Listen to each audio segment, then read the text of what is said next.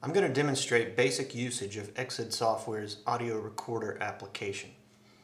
Using recorder is designed to be simple. The first time you press the record button, you're prompted to set up a recording directory. The recording directory is the default directory where all of your recordings will be saved. It's also the directory that controls the file display in the recording history window. So let's see. Once I press record, notice it prompts me to set a recording directory.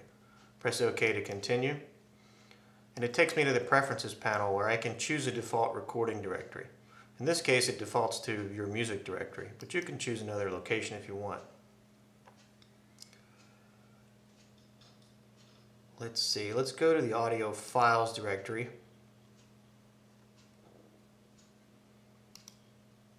And click Apply. Now, the recorder always defaults to the internal microphone if you have one built into your system. And you'll see the microphone indicator here showing that the microphone is valid and ready to accept input. If it were not, you would see a line through the icon showing that the microphone is not available. You can choose a microphone or input device by pressing the Settings button.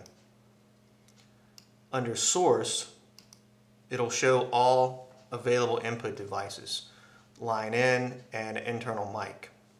I'm going to use the internal mic, so let's just keep it where it is. Once you're ready, you can press the record button to start recording and stop when you're done. Testing 1, 2, 3, 4, 5.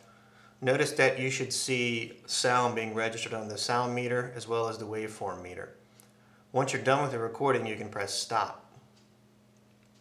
Now if you keep the audio window open, you'll notice that the file was saved as recording 1 in my window. If I were to press record again and do some testing 1, 2, 3 and hit stop, notice that it's automatically saved and numbered as recording 2. Now you can rename these files directly in the window. I could call this, for example, testing notes, and the file is automatically renamed. Another thing I could do is I could export this file into various formats by pressing the export button. In the export panel, you can choose to save your files various different types, WAV, AU, AIF, QuickTime Movie, MPEG-4, etc.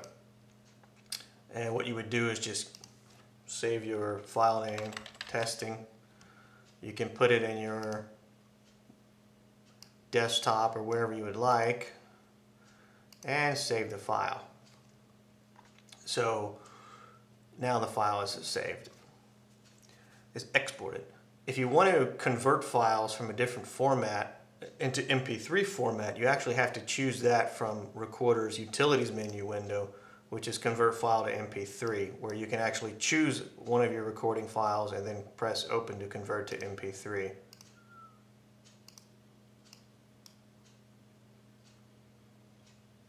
And it'll code the file to MP3 and convert it.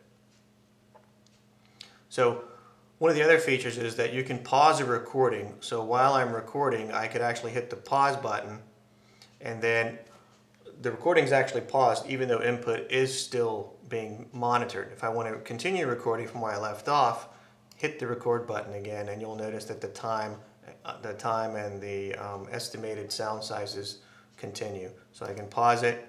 Sound stops at 10 seconds duration. I can keep recording and my sound is there.